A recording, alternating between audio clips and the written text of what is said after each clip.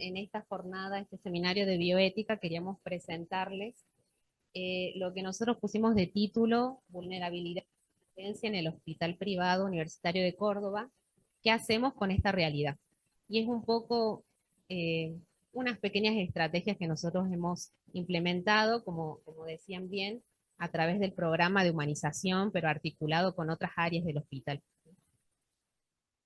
Entonces, bueno, como les decía, como esto ha sido articulado desde el programa de humanización, primero queríamos contarles un poquito sobre el programa y después vamos a ir avanzando con mis compañeros en contarles un poco las estrategias que hemos hecho hasta ahora.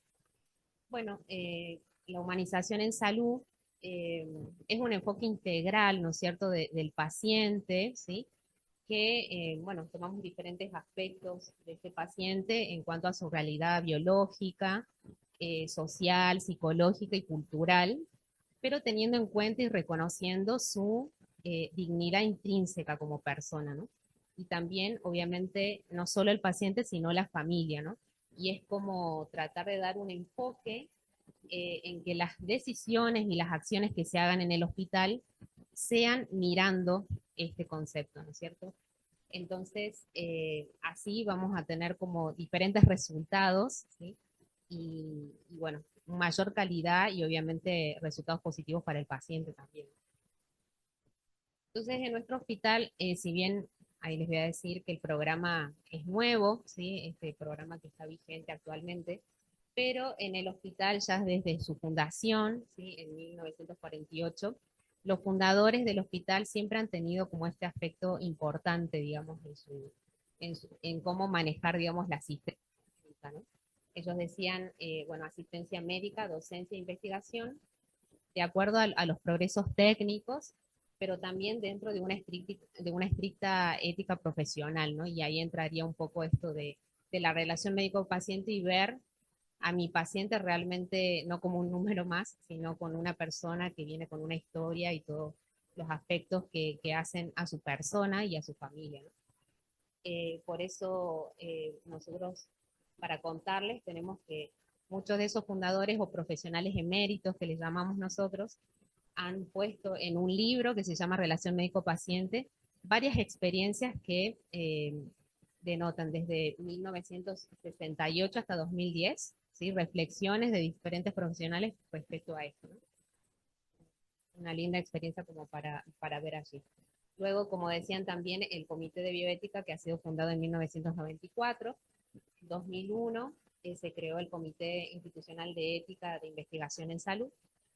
En 2004 se llevó a cabo el Comité de Humanismo y Medicina, y allí esto siempre, tengo que decirlo, como siempre impulsado desde la dirección del hospital. Eso es muy importante para que las cosas por ahí se lleven a cabo de una forma más, de mayor calidad y más efectiva, ¿no? Pero obviamente que como esto también depende de los profesionales, ¿no es cierto?, de todo el personal que tenga el hospital, bueno, hay que hacer como todo un cambio cultural, ¿no es cierto? Pero bueno, desde 2004, varios profesionales que formaban parte de este comité, hicieron en realidad como presentar cuestiones de humanismo, no necesariamente relacionados con la medicina, sino para que los profesionales vayan teniendo en cuenta cuestiones de filosofía, antropología, arte, y etcétera, ¿sí?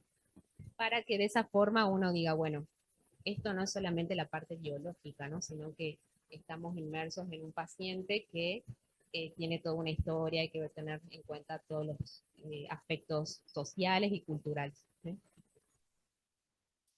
Sí.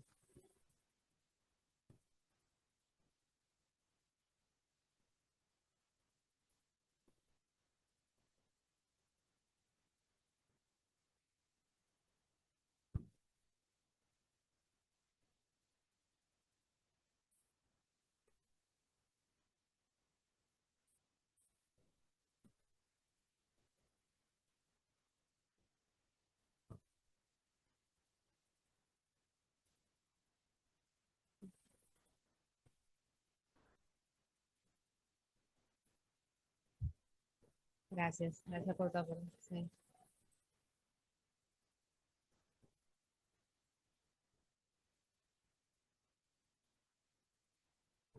interesante.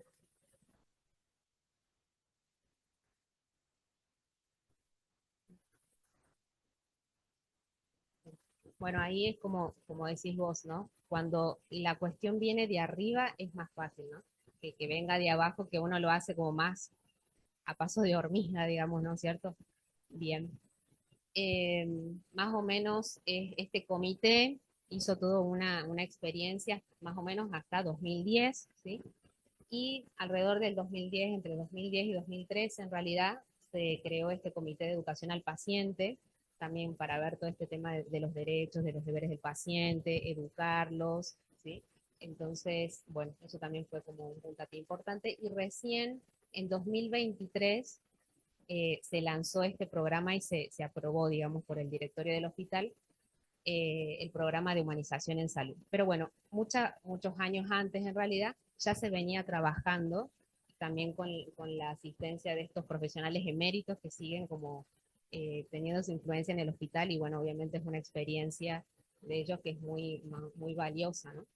Y en 2024 nuestro hospital fue acreditado por Joint Commission International, que esto es muy importante también porque esto no solo tiene que ver con los resultados más técnicos de lo que uno puede obtener del ejercicio de la medicina, sino con la calidad con la que nosotros atendemos a nuestros pacientes. Entonces ahí también hay un aspecto de ver al otro como persona, ¿no es cierto? Así que eso, gracias a eso también hay varios cambios que se hicieron en el hospital que tocan mucho esto de la humanización. ¿Sí? Más cerquita. Perfecto, perdón. Bueno, entonces el objetivo general de este programa de humanización en salud es mejorar la salud y la calidad de vida de los pacientes y familiares mediante una atención humana y respetuosa con sus necesidades y derechos. Bien. Nosotros este programa lo dividimos como en tres ejes, ¿sí? Que es uno, el organizacional, infraestructural y asistencia relacional. Le voy a contar un poquito qué hay en cada cosa, ¿no? Este programa fue como implementado en 2023, pero bueno, obviamente como yo les decía, es más fácil que esto surja desde arriba, que fue un impulso de la dirección, pero obviamente hay que hacer, como veníamos diciendo, un cambio cultural de todas las personas que están dentro del hospital. Entonces, obviamente esto está todavía en camino, o sea, lo que yo les vengo a contar es un proyecto, que hay algunas cosas que se han hecho, otras cosas que faltan por hacer, ¿bien? Entonces, en este eje organizacional, la idea es que se conformen equipos de trabajo, ¿sí? Porque si ustedes ven en el hospital hay varias áreas, entonces eh, no nos alcanza que una persona desde dirección diga, bueno, hay que hacer esto, o el programa diga, necesitamos sí o sí como agentes en cada sector para que esto pueda llevarse a cabo, ¿no? Eh, bueno, la formación. Eh, Esto sí es algo que el programa un poco es en lo que más se ocupa, ¿no? De este programa de formación anual de humanización, ¿sí? Que son como encuentros que tenemos mensualmente de diferentes temas, en los que se hace una invitación no solo a los médicos, ¿sí? A los enfermeros, sino a todo el personal, ¿sí? Después ya mi compañera, la licenciada Laura Nores, nos va a contar un poquito de lo que hemos hecho hasta ahora sobre eso y también a los nuevos ingresantes, ya sean residentes u otro personal, se lo entra dentro de un protocolo de admisión donde tenemos un aula virtual, ¿sí? Del hospital donde hay una parte del tema de humanización, donde hay algunos videitos como para que ellos vayan entrando, digamos, en este clima de la humanización, ¿no? Y la comunicación. Era lo, Vuelvo a repetir porque esto es súper importante, la difusión a través de la dirección a nosotros nos ayuda mucho. Y también tengo que decir que el departamento de docencia e investigación de nuestro hospital también hace como canal de comunicación para que esto pueda llegar a todos los profesionales. Entonces, sin difusión y sin comunicación, la verdad que va a quedar solamente en los que organizamos. Entonces, es muy importante esta parte. En el eje infraestructural, bueno, un poco tiene que ver con esto de la parte más física, podríamos decir, de la estructura del hospital, que como yo les decía, con la acreditación de Joint Commission, esto pudo darse un poco más rápido, ¿no? Tener espacios más adaptados a lo que sería mejor para el paciente, ¿no es cierto? O mejor a la práctica, que sea más seguro lo que nosotros podemos brindar, ¿no es cierto?, a través de esta parte, pero bueno, obviamente faltan muchas cosas, ¿sí? Por ejemplo, no solo acá tenemos que pensar en los espacios humanizados para los pacientes, sino también para los profesionales. Y eso es un poco a veces en lo que uno se queda un poco más atrás, ¿no? Bueno, y con respecto a la comunicación, eh, también, ¿no? Por ahí uno dice, bueno, yo ya, por ejemplo, me pasó a mí al entrar a este hospital, mamá, tenía instrucciones de cómo llegar, pero igual me perdí un poco. Entonces, cuando uno ya va conociendo, ya sabe para dónde ir, pero imagínense los pacientes en un hospital tan grande. Entonces, bueno, instrucciones de cómo llegar al lugar a donde tienen que ir, los estudios que tienen que hacer, etcétera. Eh, un ejemplo de eso, por ejemplo, en las entradas del hospital nuestro, hay una persona que ayuda con los turnos o dice a dónde dirigir, los guardias de seguridad también ayudan en eso, ¿sí? Folletería ahí en los pasillos, bueno, esas cosas eh, como que facilitan, ¿no es cierto?, en cuanto a la estructural, bueno, el acompañamiento que decía. Y en cuanto al eje asistencial y relacional, bueno, la idea es que tengamos agentes activos en humanización en salud, ¿sí? Entonces, acá tenemos como dos perspectivas. Una, lo que los pacientes eh, pueden ver de lo que nosotros tratamos de hacer con este programa y con todas otras decisiones hospitalarias, institucionales, digamos, ¿no? Entonces, hay unas encuestas de satisfacción que tienen algunos apartados de calidad y algunas otras cosas que nos pueden hacer ver de cómo el paciente ve lo que nosotros estamos haciendo, porque capaz que nosotros vemos que una decisión institucional mejora y el paciente no lo percibe, ¿no? Entonces, capaz que hay que ajustar algunas cosas. Y también piensa el personal. En el caso, nosotros hicimos algunas encuestas para ver sobre estos temas, qué es lo que el profesional necesita formarse o qué es lo que tiene interés de saber, ¿no? Eso también lo tenemos en cuenta. Eh, bueno, marco de relación, ¿no? Acá ya sería como lo estrictamente relacional con el paciente, ¿no? Por ejemplo, adoptar algunas estrategias en la internación, por ejemplo, comentarle al paciente cuándo son los informes médicos, porque vieron que en general los pacientes tienen ansiedad ya desde que se despiertan, necesitan que el médico diga cómo sigue su situación, ¿no? Los horarios de visita, ¿sí? Bueno, en la internación también tenemos el apoyo de la parte espiritual, que es algo importante también, ¿no? Pacientes que están como internados mucho tiempo, bueno, ya se sabe que esos pacientes van a ser visitados por la pastoral de salud, por ejemplo, ¿no? Ir teniendo diferentes aspectos en cuenta, no solo la parte física, ¿bien? Luego, los planes de atención de grupos especiales. Bueno, ahí también hay que seguir creciendo un poco para adaptar en aquellos pacientes que tienen más dificultad, por ejemplo, en movilizarse, ¿no? Tener en cuenta las escaleras, los ascensores, etcétera.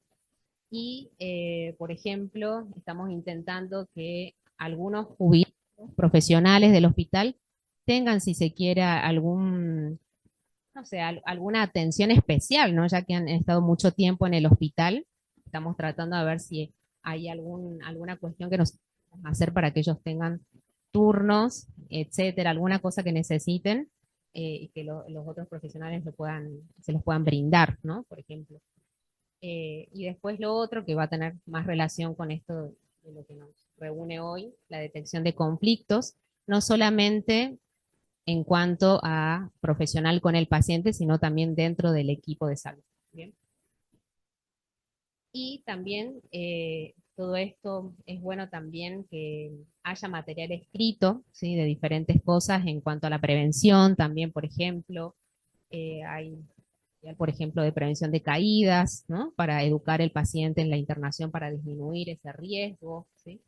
Y ahí también les puedo nombrar que también se ha hecho todo un trabajo en los consentimientos informados, ¿sí? Que estén adecuados al procedimiento o a la cirugía que el paciente va a acceder para que sea todo más claro para él, ¿no? Y pueda tener una decisión conjunta con el profesional para decir sí o no que se quiera hacer eso, ¿no? Eh, Creo que no mucho más de mi parte. Ahora le doy paso, Rodrigo.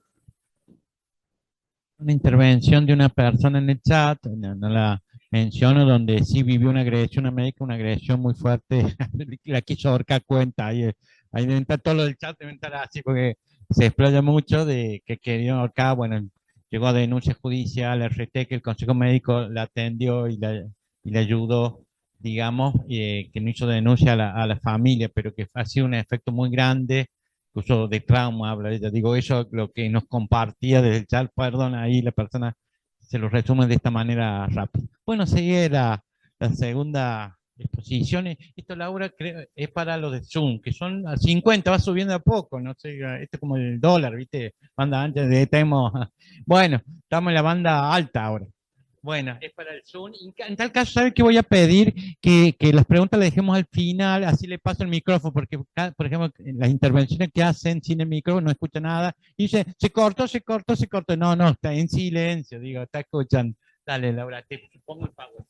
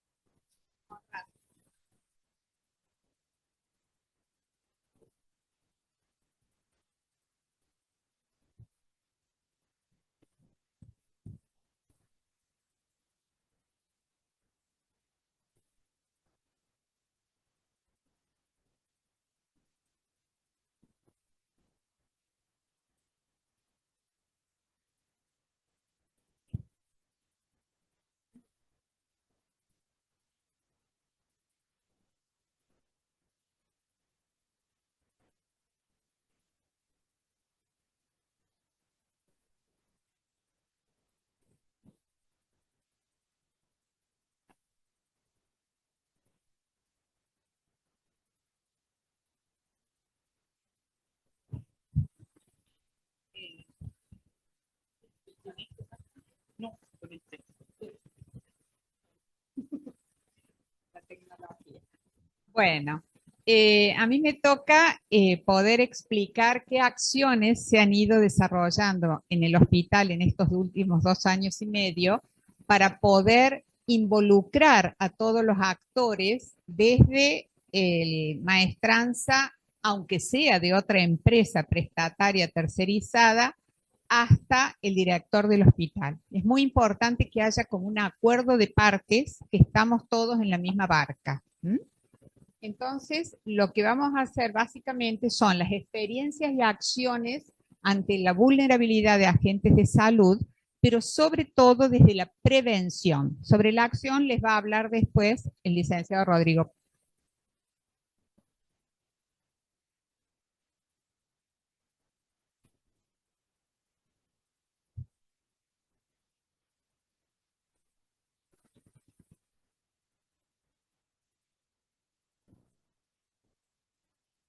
Perfecto. Bueno, hicimos mucho foco primero en que conozcan el programa. Entonces se le hicieron 30 filmaciones de videitos muy cortos a referentes indiscutibles del buen trato y de una acción, digamos, favorable para la bioética humanizada en el trato en todos los aspectos. Y la verdad es que impactó mucho desde el director o presidente del directorio que nos abrió la puerta hasta la mucama que servía en el COVID a pacientes críticos, y realmente el elegir las personas que más representan el modelo que nosotros queremos para el hospital fue maravilloso, porque se constituyeron como en líderes espontáneos del buen trato. Entonces, a partir de ahí, sus propios jefes pudieron jerarquizar su función, o por lo menos este liderazgo encubierto, que son las personas que transmiten a los jefes, que no siempre son los líderes de los equipos, la situación de cada uno de las personas que actúan. Eso se lo recomendaría porque es realmente muy importante.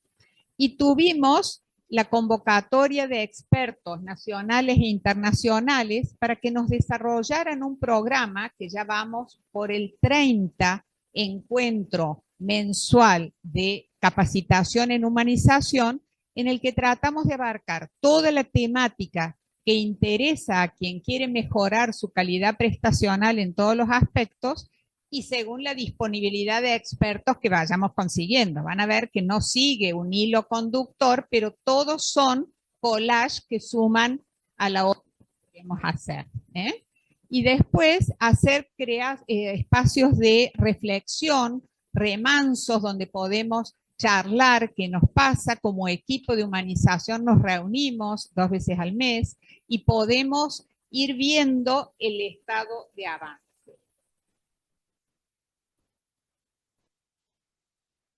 El primer encuentro fue atención centrada en la persona. Necesitábamos que un experto, que en este caso fue el doctor Lemos, que lo tenemos en calidad desde hace muchos años del hospital y ahora tiene un vuelo internacional de asesor de muchas instituciones sobre humanización, y definió que la atención centrada en la persona está centrada en las necesidades de las personas, pero guiadas por preferencias y valores. Entonces tenemos que dejarle espacio al paciente en ambulatorio o en internación para que hable de sus preferencias. Y por otro lado, los valores, como le decía Gabriela, hay un equipo de asistencia espiritual que está abierto a todas las religiones o credo, solo que nuestro coordinador es católico, porque bueno, el hospital tiene un historial de afinidad católica y hay misas, de hecho, 2 o 3 veces por semana y hay dirección espiritual, pero básicamente es el coordinador con un pastor de una iglesia protestante, con un rabino o quien el paciente pueda necesitar para ese espacio de tiempo concreto en la fragilidad de un hospital. Esta estructura de atención incluye las estructuras políticas, estructuras geográficas, prácticas de apoyo, y que creen una cultura de calidad, compasión y asociación en un continuum de la atención.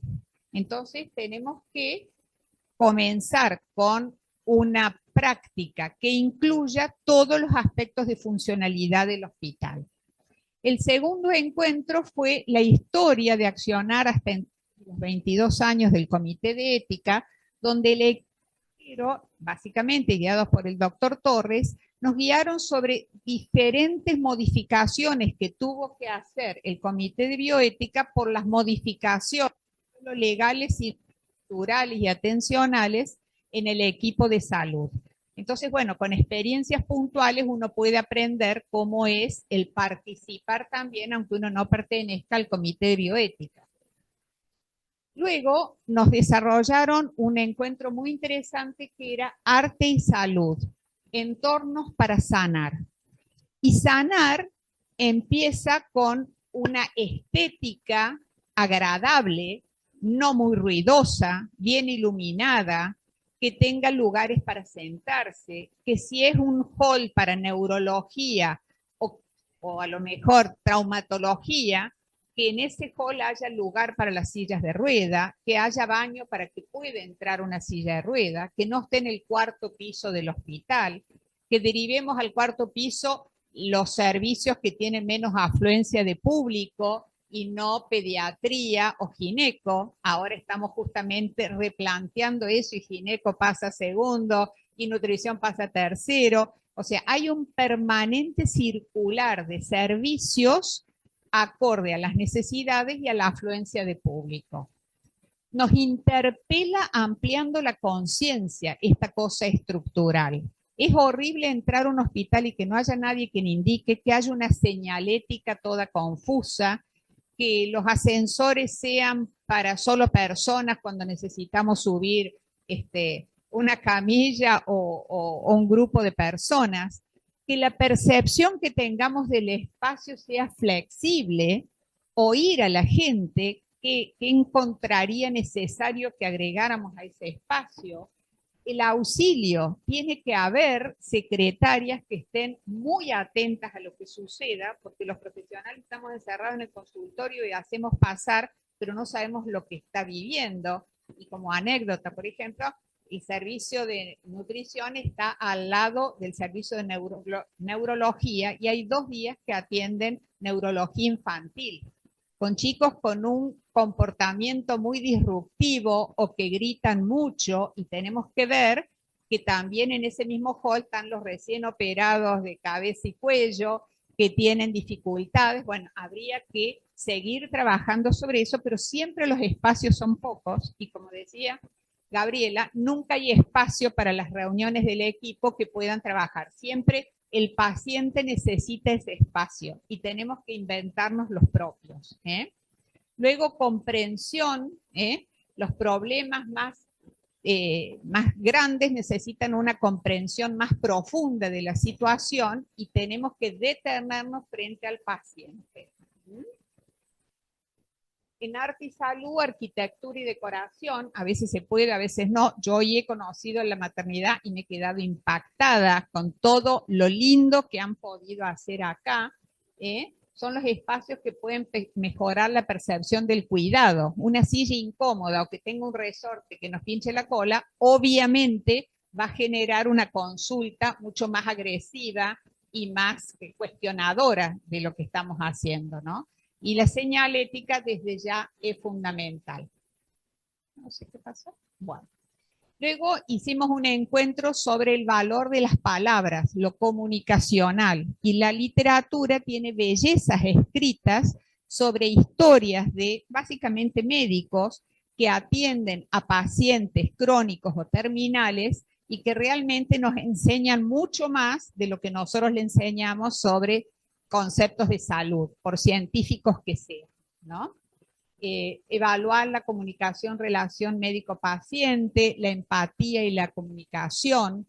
No hay nada como ponerse en los zapatos del otro y ponerse no solo del paciente, sino del acompañante del paciente o del enfermero que pasa la noche al lado de un paciente difícil con una familia muy requirente. Todo eso hay que tenerlo en cuenta porque son situaciones que violentan interiormente, pero podemos hacer la conversión a que sea un encuentro superador si nosotros podemos poner empatía y una buena comunicación en ese vínculo.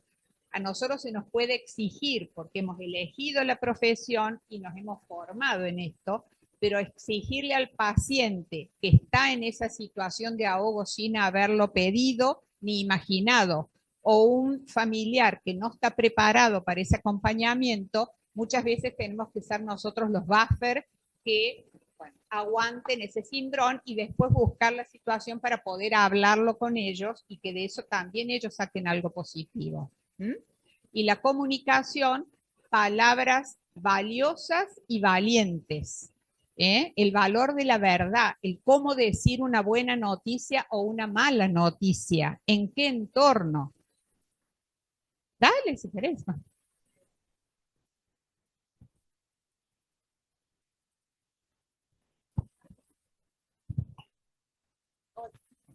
Después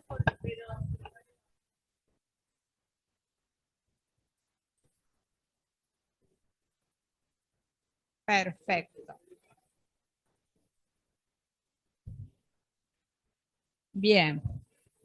Bueno, en realidad nosotros tenemos médicos capacísimos en todas las áreas, pero no me refiero solo al hospital privado, estoy hablando de ustedes también, pero lo que tenemos que hacer no solo saber sobre el hombre, sino saber decir sobre el hombre. Porque en la comunión de los rounds, la comunicación es muy importante en 2 palabras saber decir qué está viviendo ese hombre según lo que hemos percibido, para que el próximo no tenga que indagar y meter el dedo en la llaga otra vez, como si nada hubieran informado, o tener el tiempo de leer una historia clínica antes que entre el paciente y hacer un pequeño resumen para decirle, yo sé quién es usted e intento puntualizar en aquello que lo motiva para venir a la consulta. Es decir, ¿qué lo motiva para estar acá independientemente de quién lo mandó y por qué? La literatura médica tiene muchísimo y fue un encuentro realmente muy valioso, y la recomendación es la que se recomienda en el Cine Debate, la enfermedad de Sachs, que está en YouTube y que la verdad es que fue riquísima. Humanizando el acto médico. Por supuesto que tenemos que hacer centrada en las personas, y eso mientras más grave sea el cuadro, más centrada en la persona tiene que ser, porque también tiene derecho a elegir a ser tratado o a no ser tratado, sino acompañado. La cultura de la calidad, hay que hacer una cultura de la calidad compasiva y de la dedicación continua, que es muy difícil, porque nosotros solemos no abandonar a los pacientes, sino los pacientes nos abandonan. Cuando veo que hace 4 años que no viene un chico que tenía un índice de masa corporal de 12, y cuando viene a verme después de 4 años tengo que internarlo ese día para ponerle una nutrición enteral y mandarlo a un trastorno de la conducta alimentaria a otra institución, la familia dice: ¿y por qué no nos lo dijo antes? Y porque yo no sabía que estaba viviendo su hijo en estos 4 años. ¿Entendés? Entonces, esa comunicación y frecuencia en la consulta tenemos que hacer también responsables a las familias, pero nosotros no desvincularnos de ese caso que nos ha preocupado. Y luego tenemos que tener un vínculo compasivo, que son virtudes que se cultivan con pasión. Si no hay paz en el sentir el tratamiento que hemos implementado, que hemos sugerido, la compasión no va a existir. Tenemos que tener mucha conciencia de toda la innovación. En los próximos años está descrito que la mayor innovación va a ser el poder de la mano. Mano que calma, mano que acompaña, mano que abraza. Son gestos que transforman la situación del paciente, lo hacen más creíble al profesional, y tiene que salir desde la compasión real, no desde un acto social de palmarle la espalda, mandarlo y seguir con el próximo, como si nada hubiera ocurrido en ese vínculo. Y ahí se sugiere la lectura de La calidad del cuidado de Edmund Pellegrino, de la Clínica Mayo, que fue fabuloso. Este tema es difícil: inclusión en la diversidad, un camino de equidad. Conseguimos un disertante muy capaz que trabaja en un hospital en San Pablo, donde el tema de los colectivos es sumamente fuerte. Y ellos han logrado, a través de una experiencia fuerte, porque al director del hospital, un ortodoxo súper cerrado, su hijo le manifiesta que quiere hacer la cirugía transgénero y quiere ser en vez de José. Imaginemos. Bueno, está todo el testimonio de la joven transformada y del padre, que le cambió la cabeza. Lástima que haga falta esto para que nos cambie la cabeza a todos, algún familiar o querido cercano, y ellos nos explicaron cómo se hace la transformación desde recursos humanos para poder hacer una agrupación dentro del hospital que vaya diagnosticando qué actos de violencia se producen contra los pacientes y contra los empleados que pertenecen al colectivo. Y después le dieron, cosa que es posible o no, yo creo más en la capacidad que en la pertenencia a un grupo, poder tener una admisión preferencial en un cupo para estos miembros del colectivo que se dedican a la salud. La experiencia de ellos fue muy buena, a nosotros a veces nos dejó medio tambaleando, y otras realmente nos dimos cuenta que era una realidad. Y desde entonces abrimos los ojos, y yo por lo menos que hago endometriosis en el hospital, hay muchísima gente del colectivo que viene para preparar el útero del que hace o cumple el rol de varón en la pareja, pero han decidido que es más fértil que el otro, que tiene menos chance o más chance, y uno se involucra en una realidad que no conocía, pero por lo menos esto nos sirvió mucho para concientizarnos sobre esa realidad. Después, diversidad en los trasplantados, también es muy importante, son un grupo de no importa qué obra social tenga, pero siempre hay dificultades para la cobertura, siempre hay necesidad de trasladar los pacientes por mucho tiempo desde otras provincias, siempre hay soledad en los pacientes trasladados. Tenemos casos de trasplante de médula que los chicos están 60 días internados con la mamá sentada al lado y no teníamos baño para las madres y no estaba previsto darles de comer y son de La Rioja y dejaron 6 chicos allá. Y bueno, todo lo que es trasplante es lento, costoso y aislador. Entonces, ahí es donde la Pastoral de la Salud hay un grupo que acompaña a niños oncológicos o a los familiares, y el testimonio de una de las mujeres que hace pastoral era divino, porque decía, yo voy de noche porque los padres dejan a los niños dormidos y se pueden juntar a tomar mate en un hall y a llorar tranquilos. Y en ese momento era donde hacía falta que alguien estuviera en el abrazo y no necesariamente parado frente al médico que le iba a decir lo que ya esperaban que le dijera. La diversidad humana es corporal, situación vital, constitución familiar, sexual, diversidad en las capacidades y en los vínculos afectivos. Y tenemos que tener un rápido mapeo si nuestros pacientes están frente a alguna de estas fragilidades, que es el ser diverso en una cultura que queremos uniformar todo. Entonces, es muy bueno poder hacer foco en esa mirada. El capital social tenemos que crearlo y formar comunidades fuertes en la equidad y en la resiliencia en salud, y tenemos que tener una cultura inclusiva, que en eso yo creo que los adolescentes nos están dando cátedra. Tenemos que conectar la equidad, tenemos que cambiar el sistema, hacerlo para la gente, tenemos que aceptar esta diversidad sexual y hacer terapéuticamente lo que en cada caso haya. Nos dimos cuenta que el marco reglamentario argentino es extremadamente inclusivo. Hay posibilidades que un chico de 16 años se haga la cirugía transexual sin comunicar a los padres, por ejemplo, y después hemos tenido casos terribles porque viene el chico con intentos de suicidio, con padres totalmente descolocados, con una situación familiar disruptiva. No estamos preparados para poder acompañar. En trasplante necesitamos la misma calidad de atención para todos, accedan o no a la obra social que les cubre, cobertura versus subsidio, levantar los subsidios para que se parezcan a la cobertura, acercar las partes y básicamente informar sobre todo.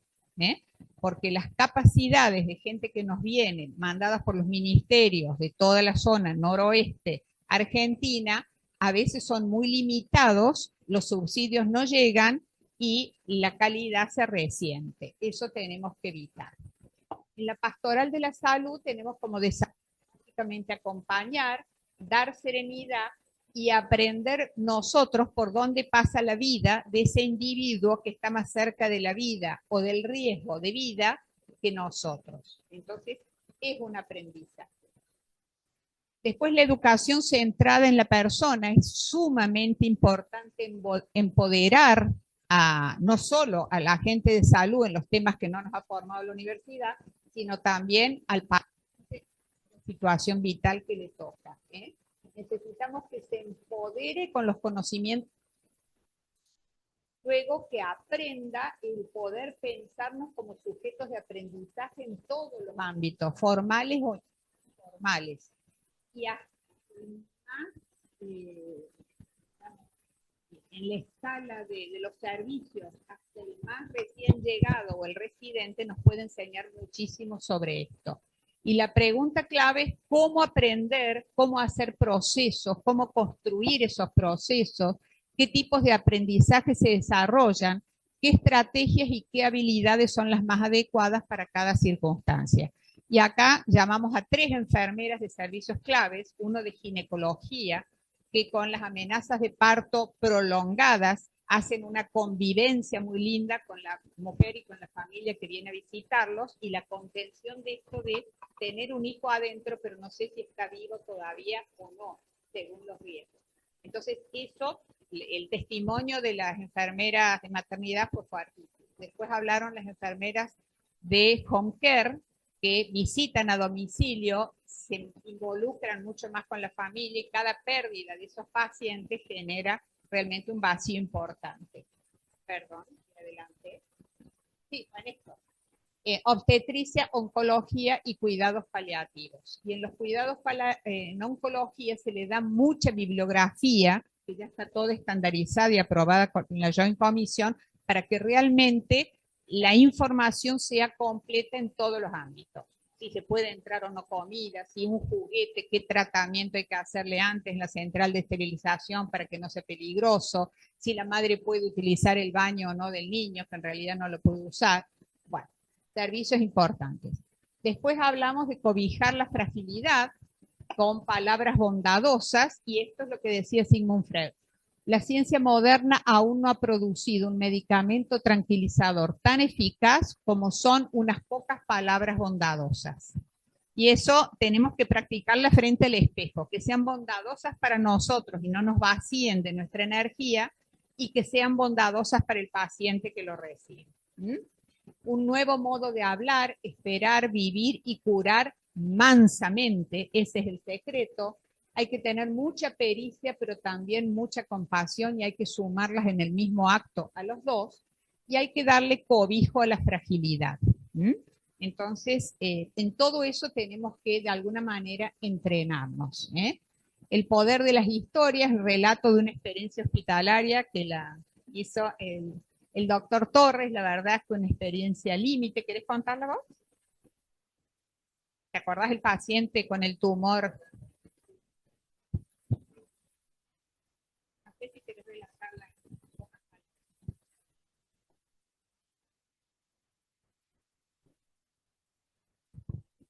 Bueno, fue un paciente que consulta con un osteosarcoma de esternón, pero de este tamaño, que del interior, del interior, y consulta porque ya sus nietos no lo querían ver y él no podía dormir boca arriba.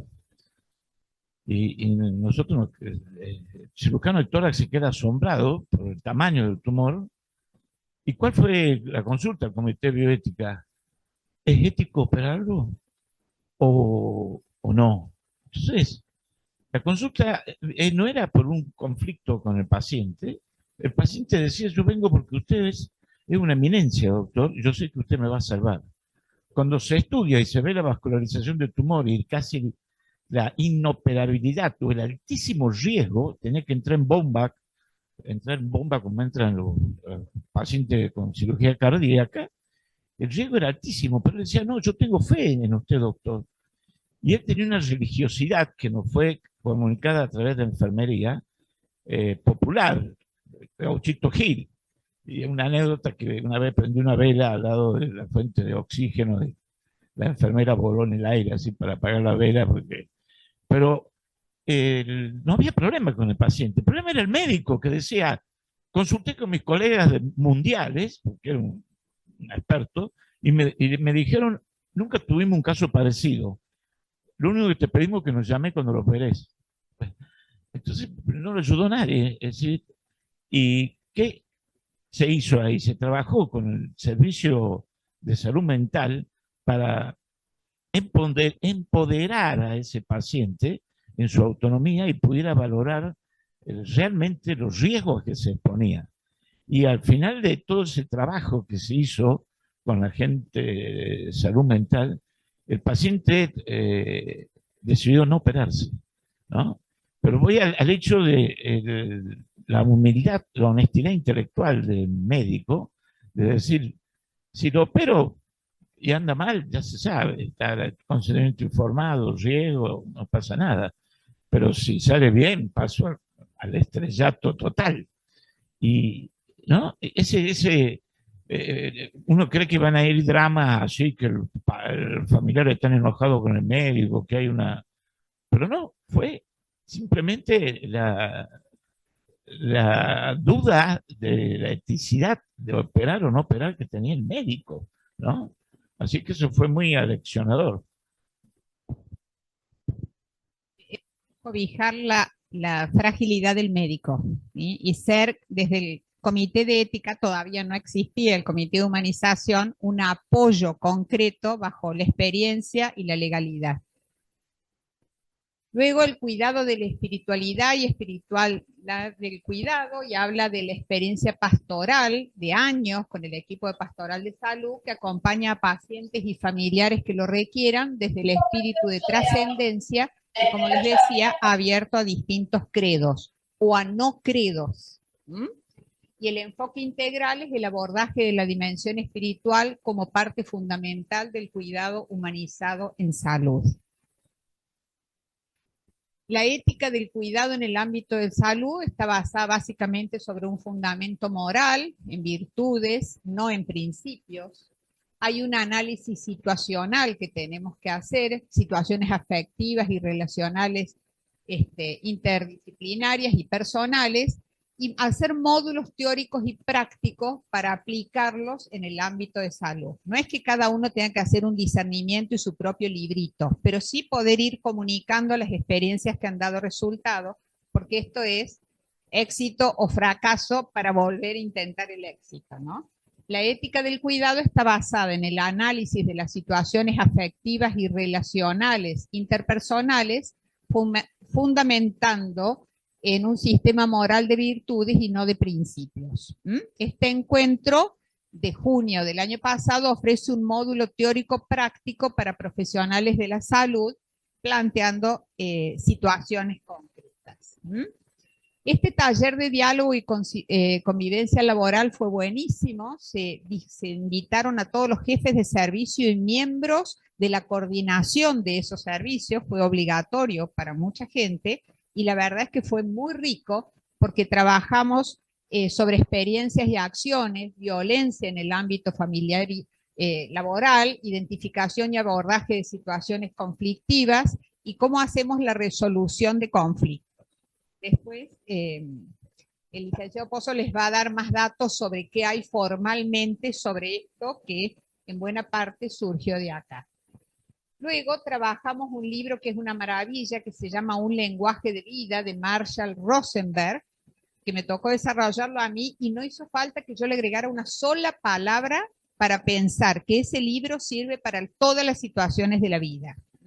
Es un hombre que ha estado en intervenciones para solucionar guerras y conflictos internacionales, problemas serios en empresa. Es un programa educativo, a partir de ser mediador, educador y terapeuta, psiquiatra, acepta un proceso de reflexión, un pequeño taller.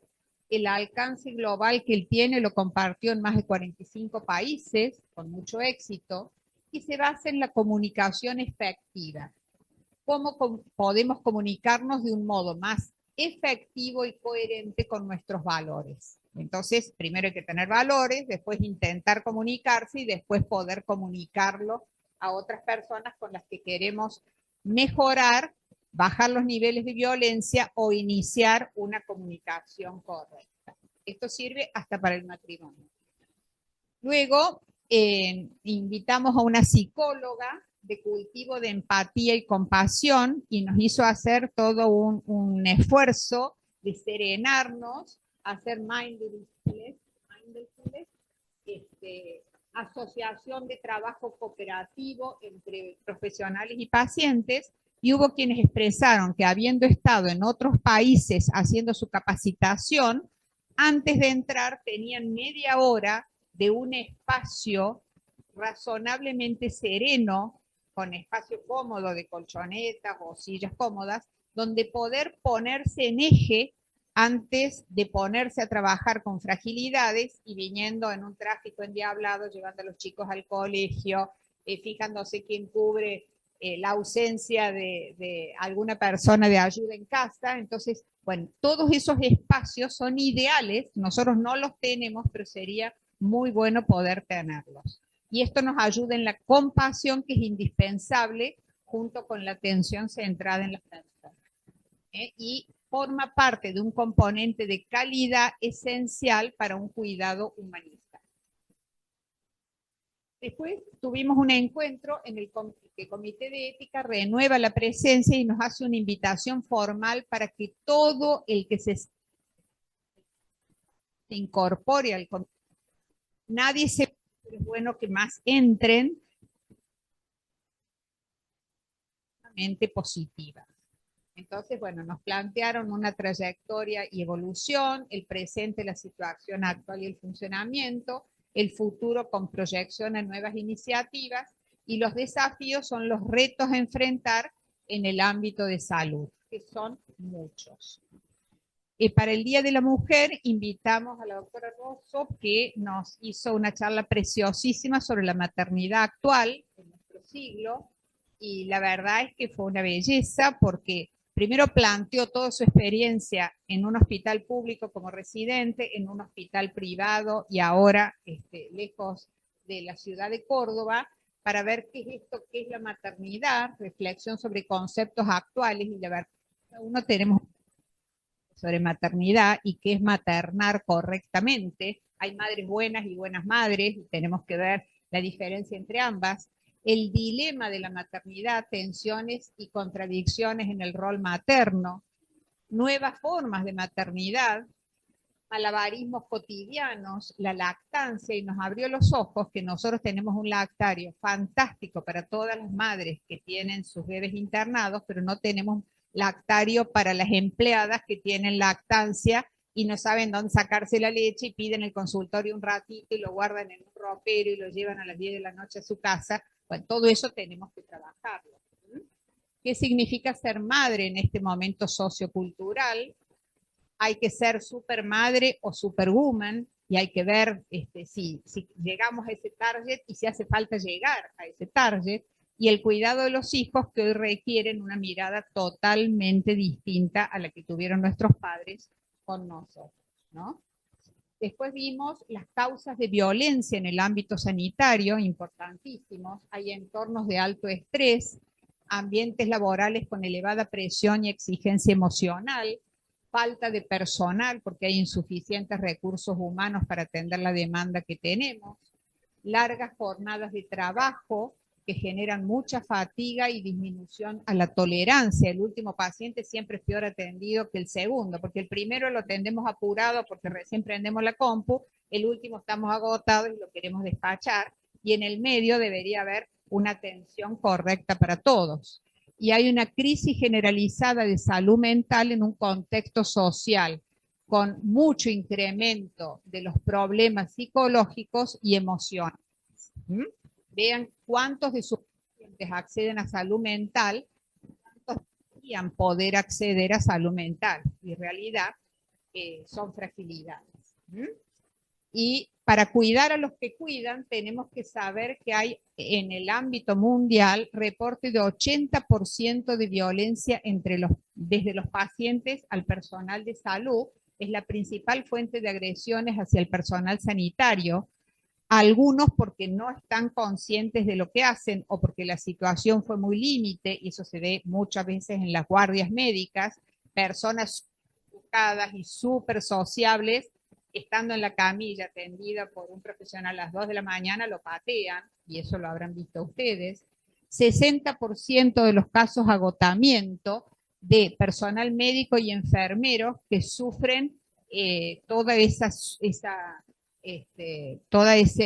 violencia, burnout, violencia interior. El 81,6% de los enfermeros está dentro del porcentaje de casos reportados que se afectan, más enfermeras que a otros. A veces al médico no se le animan a poder agredirlo porque saben que dependen de él, pero como la enfermera es un fusible que pueden mandarle otra, a veces son ellas las que más reciben la agresión, y hay de 4 a 5 veces más exposición de los agentes de salud que otros trabajadores de otras empresas. Entonces, que se estén planteando en este comité la violencia a la gente de salud e interagentes de salud me parece importantísimo. ¿Cuáles son los resultados de las estrategias del cuidado? Si lo logramos, vamos a tener menos estrés y agotamiento, reducción de los niveles de burnout y fatiga profesional mediada por estrategias de autocuidado y apoyo institucional. Más bienestar y resiliencia, incremento en la capacidad de afrontamiento y recuperación de situaciones dolorosas, más seguridad psicológica, porque tenemos que tener y crear entornos de seguridad psicológica para que cada uno pueda expresar qué le está pasando, y si no se anima al grupo, por lo menos al líder espontáneo del grupo para que lo diga al resto, ¿eh? Y más cultura de la confianza y del bienestar institucional e integral de las personas. Con esto